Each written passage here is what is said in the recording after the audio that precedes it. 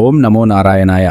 ఈరోజు మనం దక్షిణ కాశీగా పేరుగాంచిన నెల్లూరులోని అత్యంత పురాతనమైన మహిమాన్వితమైన శ్రీ తల్పగిరి రంగనాథస్వామి ఆలయ దర్శనం చేసుకుందాం. మీరు రంగనాథస్వామి భక్తులైతే వెంటనే ఛానల్ని సబ్స్క్రైబ్ చేసి కామెంట్లో ఓం నమో నారాయణాయ అని రాయండి. పెన్నా నది తీరాన కొలువై ఉన్న ఈ అద్భుత క్షేత్రం దాదాపు 12వ శతాబ్దానికి చెందింది. పురాణాల ప్రకారం కాశ్యప మహర్షి ఇక్కడ పౌండ్రీక యాగం చేసినప్పుడు స్వామివారు స్వయంగా ఇక్కడ వెలిశారని ప్రతీతి.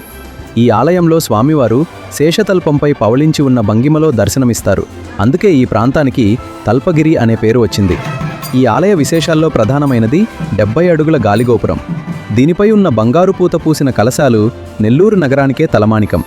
ఆలయ ప్రాకారం దాటుకుని లోపలికి వెళ్తుంటే ఆ శిల్పకళ, ఆ ప్రశాంతత మనల్ని మరో లోకానికి తీసుకెళ్తాయి. ఇక్కడ స్వామివారితో పాటు రంగనాయకి అమ్మవారి కొలువై భక్తుల కోరికలను నెరవేరుస్తున్నారు. ముఖ్యంగా మార్చి, ఏప్రిల్ నెలల్లో జరిగే బ్రహ్మోత్సవాలు చూడడానికి 2 కళ్ళు సరిపోవు.